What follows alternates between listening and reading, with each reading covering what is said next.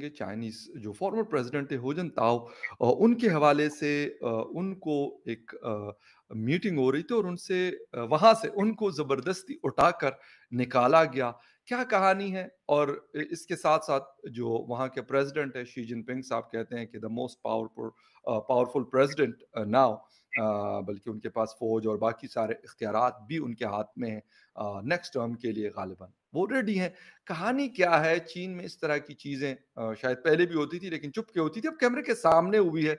सुमित भाई एक तो ये बताइएगा कि ये क्या मामला क्या हुआ है? क्योंकि शी जिनपिंग के हवाले से तो मेरी और आपकी बहुत बात हुई है और काफ़ी डिटेल में उनकी भी बात करेंगे लेकिन ये वाला जो इंसिडेंट है, इंसिडेंट तो नहीं कहूँगा पूरी एक प्री प्लानिंग थी इन चीज़ों की, लेकिन हुआ क्या ये? देखिए, सर हुआ क्या है? देखिए, पहले अगर आपको याद हो हमने हफ्ता 10 दिन 15 दिन पहले बात की थी everything is not right in China. या आज पहली बार एक उसका लिटमस टेस्ट आपके सामने दिख रहा है। Everything is not right in China ये मैं प्रेडिक्ट कर चुका था and I am still sticking my neck out and saying everything is not right in China. वो जो मैंने बोला था 12 दिन इनको हो सकता है नजरबंद किया हुआ हाउस अरेस्ट कि ये भी कोई बड़ी बात नहीं। इंटरलिंक करना चाहिए चाइना में। अमेरिका 7 समंदर पार है, खुदा के लिए ये नॉन अलाइनमेंट और ये मत सोचें, वो बहुत दूर है। ये हमारे साथ है, we have a common border, तो इनके साथ मिलें। अमेरिका ने आपको कह दिया है कि इंडिया जो है हमारे लिए टेक्स प्रायोरिटी ओवर यू, कि India matters for the West और तुम कम। चाइना वाले बाराती आ रहे हैं, स्टॉक मार्केट बाराती खरीद लेंगे, शिनजिन मार्केट खरीद लेगी, शंघाई पाकिस्तान की स्टॉक मार्केट को खरीद लेगा। हम सब चाइनीज में बात कर रहे होंगे, हैं चुंक्वा जिसे मैं हमेशा पॉलिट ब्यूरो कहता हूँ। 25 लोग का पॉलिट ब्यूरो क्या करता है?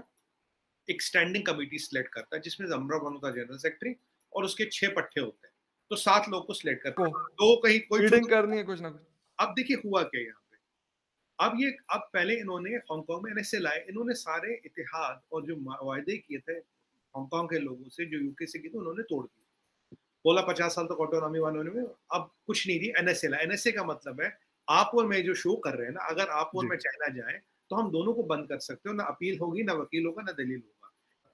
जब जैसे डेंग माओ ने चाइना को जोड़ा पर डेंग ने चाइना को बनाया।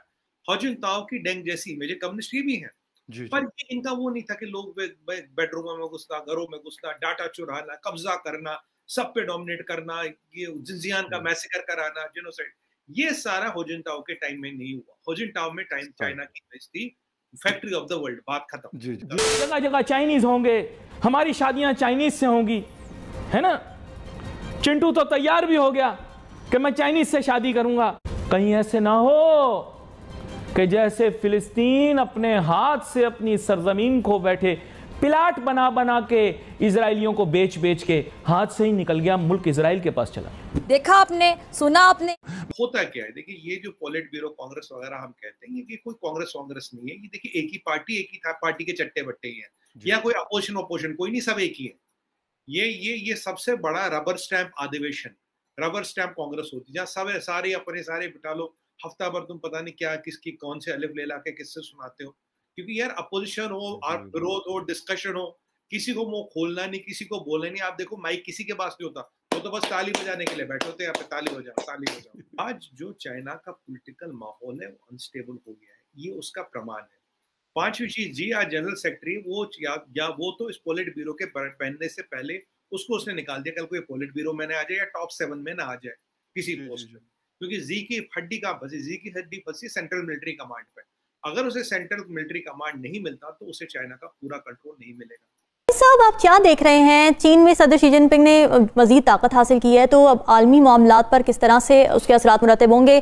और अगर चीन अमरीका ताल्लुकात की बात की जाए, किस तरफ आप देख रहे हैं रुख हो रहा है इनका? चीन अमरीका ताल्लुकात के बारे में मेरे ख्याल में ज़्यादा इंटरेस्टिंग होगा कि हम बात करें चीन और पाकिस्तान के ताल्लुकात के बारे में, कि ये अब जो आने वाला वक्त है, ये जो नया क्या जी जो अभी इलेक्ट हुआ है, ये क्या करना चाहता है और चीन में क्या हो रहा है और हम किस किस्म के इनके साथ रिलेशनशिप रखना चाहिए। दुनिया रीअलाइन हो रहा है, चाइना इमर्ज कर रहा है एक हाइपर पावर। हमें इंटरलिंक करना चाहिए चाइना में। अमेरिका 7 समंदर पार है, खुदा के लिए ये नॉन अलाइनमेंट और ये मत सोचें। वो बहुत दूर है। ये अब ये जी जिनपिंग ने क्या कहा? जी जिनपिंग ने एक चीज बोला देखो भैया मैंने हांगकांग पे कब्जा कर लिया, पावर सेंट्रल मिलिट्री कमांड में। देखिए 4 चीजें, जनरल सेक्रेटरी पावरफुल, लेजिस्लेशन का हेड पावरफुल, प्रेसिडेंट तो हम लोग कहते हैं नॉमेनक्लेचर के लिए, ये पीएलए का लीडर। अगर आप ये चीज निकालो बाकी 3 चीजें यूजलेस हो जाती है। Oh right. हो जिनटाओ को गेम से निकाला गया क्योंकि जी के पास आज पावर है। अब 2 चीजें यहाँ, जी ने पावर रहते हुए निकाला या पावर ना जाए इसलिए निकाला। मुझे लगता पावर रहते हुए निकालो, इससे पहले पावर ना निकल जाए इसको निकाल दो।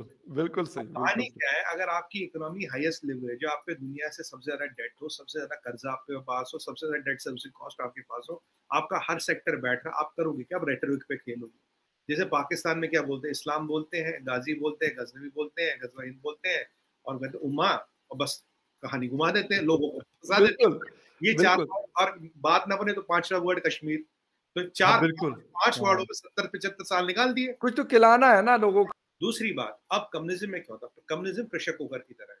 डेमोक्रेसी में क्या होता है? डेमोक्रेसी में आपको इमरान खान को हटाना था, आपने हटा दिया, एक पार्टियों ने निकाल दिया, हट गए, आज शहबाज शरीफ बैठे, कल को उन्हें हटाना कोई और आ जाएगा, इमरान शरीफ हो या वो फखर यूसुफजई हो, अगर आपके पास वोट है। बिल्कुल।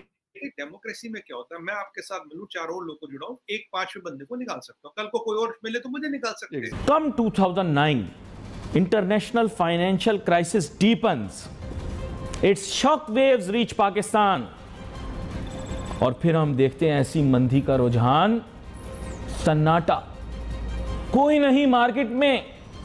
वहां जहां एक वक्त पर शादी का सा समय होता था, वहां सन्नाटा, खामोश।